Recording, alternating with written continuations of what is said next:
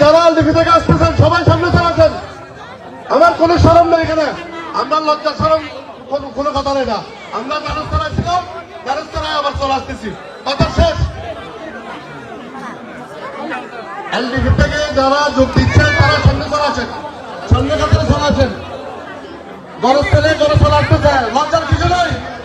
LDP থেকে যারা যোগ দিচ্ছেন ব্যবস্থার মার্কায় আমাদের জসিম ভাইয়ের সাহেব চলে সবাই চলে আসেন সামনে ইনশাআল্লাহ।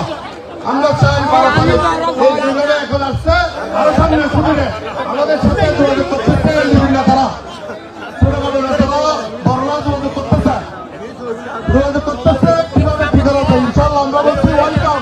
তোমরা যে কোনো সময় আমাদের জসিম ভাইয়ের হাত ধরে চলে আসতে পারো ইনশাআল্লাহ। ওয়েলকাম।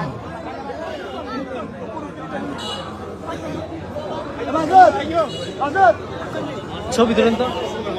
আমাদের মাঝে উপস্থিত হয়েছেন চন্দনাইশ উপজেলা যুবদলের সংগ্রামী সদস্য সচিব নেসার ভাইকে মঞ্চস্থ হওয়ার জন্য আহ্বান জানাচ্ছি। আমাদের মাঝে আরো উপস্থিত হয়েছেন পৌরসভা যুবদলের সদস্য সচিব শহীদুর রহমান শহীদ ভাই। আমাদের মাঝে আরো উপস্থিত হয়েছেন চন্দনাইশ পৌরসভা যুবদলের যুগ্ম আহ্বায়ক গায়ন আবুদ্দিন।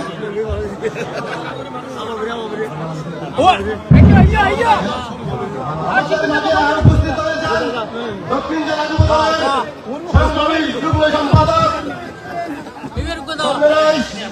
পৌরসভার সাবেক কমিশনার নুরুল কবির ভাই। এখন আমাদের যারা কর্মীরা যারা এবং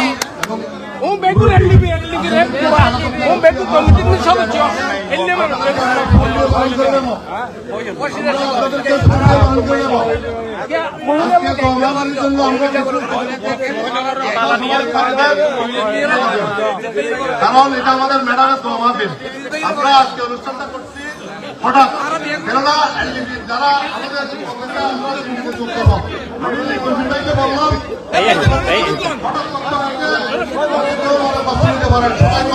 দেখবেন, কারণ সবাইকে বলতে পারিনি, হয়তো পাবলিসিটি করছি, ঠিক আছে, এটা সবাইকে বলতে পারিনি। এখন আমাদের কোনো বড় দিয়ে বলবো দিচ্ছেন এলডিপি থেকে আসা মহিলা দলের সবাইকে ফোনা দেন, সবাইকে একটা ফোনা দেন, মহিলা সবাইকে একটা ফোনা দেন।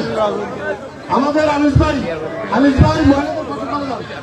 আপনি গিয়ে মারা ফোনা দেন।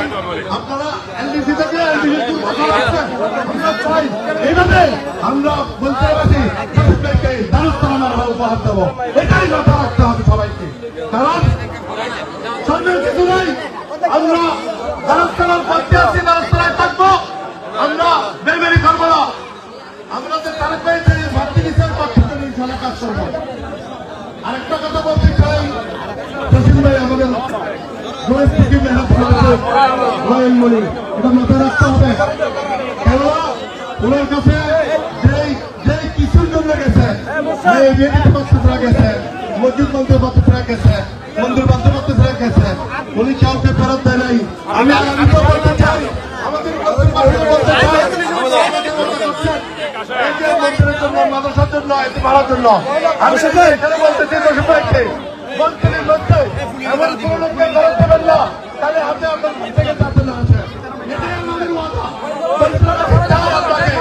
এটা প্রমাণ করতে হবে, কেননা এটা আপনাকে মাথায় রাখতে হবে।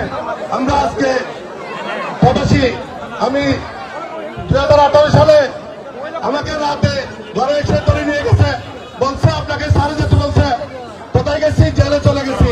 কেননা আপনি করছেন, আপনার করছেন, কিন্তু আমরা আজ পর্যন্ত হয়রানি করি নাই। আমাদের বলতে পারবো না, আমি বিএনপি করার কারণে